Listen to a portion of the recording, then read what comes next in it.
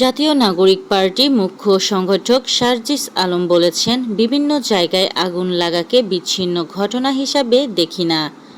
এগুলো স্বৈরাচারের দোসরদের দেশকে অস্থিতিশীল করার চক্রান্তের অংশ।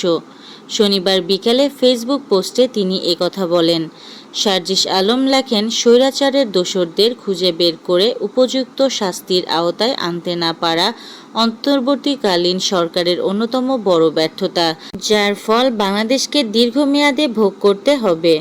শাহজালাল বিমানবন্দরের অগ্নিকাণ্ডে গভীর উদ্বেগ প্রকাশ করেন বিএনপির ভারপ্রাপ্ত চেয়ারম্যান তারেক রহমান। ঢাকার হজরত শাহজালাল আন্তর্জাতিক বিমানবন্দরের কার্গো কমপ্লেক্সে অগ্নিকাণ্ডের ঘটনায় গভীর উদ্বেগ প্রকাশ করেছেন। মির্জা ফখরুল ইসলাম আলমগীর জানিয়েছেন, দেশের জনগণের রায় নিয়ে বিএনপি রাষ্ট্র ক্ষমতায় গেলে প্রধানমন্ত্রী পদ নিয়ে কোনো দ্বিধাদ্বন্দ্ব নেই। তিনি বলেন, আমাদের দলীয় চেয়ারপারসন খালেদা জিয়া যদি সুস্থ থাকেন এবং কাজ করার উপযোগী থাকেন তাহলে তিনি হবেন। তার অনুপস্থিতিতে আমাদের চেয়ারম্যান তারেক রহমান হবেন। এ ব্যাপারে কোনো দ্বিমত বা দ্বিধাদ্বন্দ্ব নাই।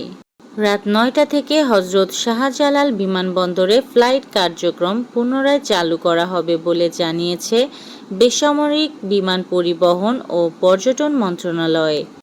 এবার ইউনিভার্সিটিতে আগুন। কক্সবাজার শহরের কলাতলী মোড়ে অবস্থিত জেলার একমাত্র বিশ্ববিদ্যালয় কক্সবাজার ইন্টারন্যাশনাল ইউনিভার্সিটিতে অগ্নিকাণ্ডের ঘটনা ঘটেছে। শনিবার রাত 8:30টার দিকে বিশ্ববিদ্যালয়ের ভবনের ৩য় তলার জানালা থেকে ধোঁয়া বের হতে দেখা যায়। খবর পেয়ে কিছুক্ষণের মধ্যে ঘটনাস্থলে উপস্থিত হয় ফায়ার সার্ভিস। যুদ্ধবিরতি চুক্তির আওতায় গাজা উপত্যকার কর্তৃপক্ষের কাছে আরও ১৫ ফিলিস্তিনির মরদেহ ফেরত দিয়েছে ইসরায়েলের সামরিক বাহিনী। এ নিয়ে ইসরায়েলের কাছ থেকে ফিলিস্তিনি কর্তৃপক্ষ মোট ১৩৫ জন ফিলিস্তিনির মরদেহ ফেরত পেলেন। শনিবার ফিলিস্তিনি স্বাধীনতাকামী সশস্ত্র গোষ্ঠী হামাসের নিয়ন্ত্রিত স্বাস্থ্য মন্ত্রণালয় এই তথ্য জানিয়েছে। ৪ যুগ পর কুয়েতের সঙ্গে সচিব পর্যায়ের এফওসি বৈঠক বাংলাদেশে।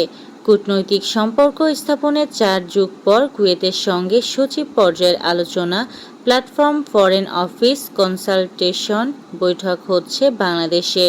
ঢাকায় অনুষ্ঠিতব্য প্রথম বৈঠকে রাজনৈতিক সম্পর্ক জোরদার, ব্যবসা বাণিজ্য সহ বিভিন্ন খাতে দুদেশের সহযোগিতা নিয়ে আলোচনা করা হবে। ২৭শে সেপ্টেম্বর বাংলাদেশ প্রিমিয়ার ফুটবল লিগের প্রথম রাউন্ড শেষ হয়েছিল। এরপর জাতীয় ফুটবল দলের অক্টোবর উইন্ডোর জন্য খেলা স্থগিত ছিল। ২২ দিন বিরতির পর আগামীকাল থেকে লিগের দ্বিতীয় রাউন্ড শুরু হচ্ছে। রেকর্ড গড়া বোলিংয়ের দলকে জিতিয়ে যা বললেন রিশাদ। সিরিজের প্রথম ওয়ানডেতে ওয়েস্ট ইন্ডিজকে ৭৪ রানে হারিয়েছে বাংলাদেশ। এই জয়ে বড় অবদান রিশাদ হোসেনের। একাই ৬ উইকেট পেয়েছেন তিনি, যা তার ক্যারিয়ার সেরা। একই সঙ্গে কোনো বাংলাদেশি স্পিনারেরও ওয়ানডেতে সেরা বোলিং ফিগারও এটি। এই ছিল আজকের শীর্ষ সংবাদ। ছিলাম আমি ইয়াসমিন আক্তার, সুরমা টিভি 24।